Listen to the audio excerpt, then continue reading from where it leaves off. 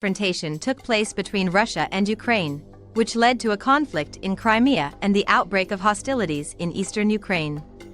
At the end of February 2014, a coup took place in Kyiv, as a result of which President Viktor Yanukovych was overthrown from power. The main reason for the protests and subsequent overthrow of Viktor Yanukovych in 2014 was the dissatisfaction of the Ukrainian public with his policies and the corruption scandals that surrounded him and his government. Yanukovych was elected president in 2010, promising to fight corruption and improve Ukraine's economic condition.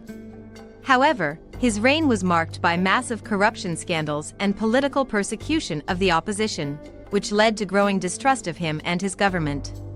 The situation worsened in 2013 when Yanukovych refused to sign an association agreement with the European Union, and instead entered into an agreement with Russia for closer economic cooperation.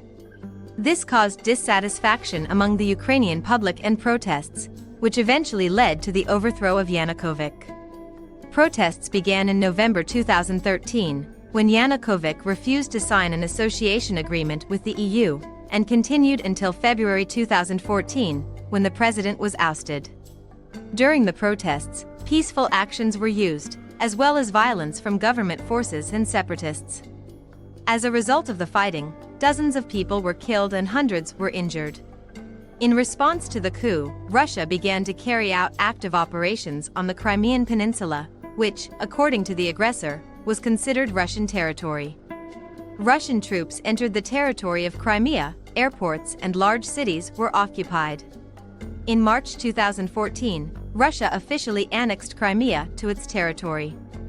Further, the eastern regions of Ukraine began to advocate the right to self-determination and autonomy. Mass protests began, which led to the fact that individual regions declared their independence or expressed support for Russia. Russia openly supported the separatist movements and supplied them with weapons and fighters. In response, the government of Ukraine launched an active operation to suppress separatist sentiment and regain control over the territories where the separatists operated. During this operation, government troops carried out raids and arrests, as well as fought with armed separatist groups. The operation to crack down on separatist sentiment in eastern Ukraine has resulted in heavy fighting and heavy casualties on both sides. This situation has led to an escalation of violence and conflict between Ukraine and Russia. The conflict has killed thousands of people, including civilians, and injured many others. The conflict continues to this day, and some areas are still under the control of the separatists. As a result of the confrontation, Russia was subjected to international sanctions, including economic ones. Hostilities in eastern Ukraine continued until 2015, after which the Minsk ceasefire agreement was signed. However, the conflict in eastern Ukraine has not been fully resolved so far, and the situation continues to be tense. Thanks for watching.